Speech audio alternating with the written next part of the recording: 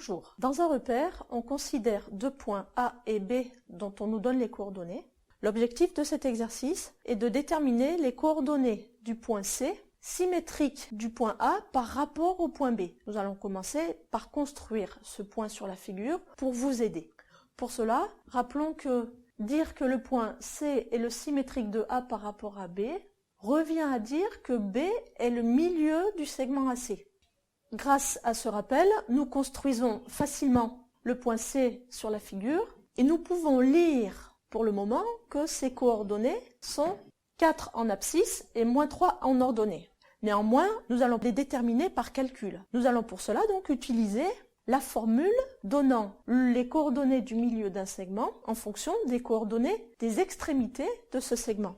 L'abscisse du point B, milieu de AC, est donc égale à la moitié de la somme des abscisses de A et C, et nous avons la même formule pour les ordonnées. Simplement ici, ce que l'on ne connaît pas, c'est l'abscisse de C et l'ordonnée de C. Il faut isoler XC. Nous allons déjà commencer par isoler le numérateur XA plus XC en multipliant chaque membre par 2.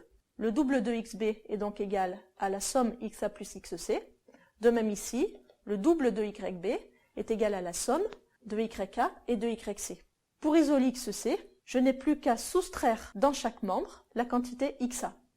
L'abscisse de C est donc égale au double de l'abscisse de B moins l'abscisse de A, et de la même façon ici, l'ordonnée de C est égale au double de l'ordonnée de B moins l'ordonnée de A. Remplaçons maintenant par les valeurs. L'abscisse de B est égale à 1, donc 2xB égale 2 fois 1. L'abscisse de A est égale à moins 2, donc j'écris moins 2. Ce qui me donne 2 plus 2, soit l'abscisse de C qui vaut 4. Remplaçons maintenant ici pour les ordonnées. 2YB vaut 2 fois moins 1. YA vaut 1. Donc 2YB moins YA égale 2 fois moins 1 moins 1.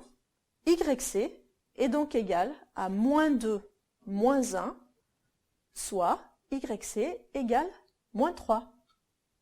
Nous n'oublierons pas d'écrire la conclusion. Les coordonnées du point C sont 4 et moins 3. Bon courage!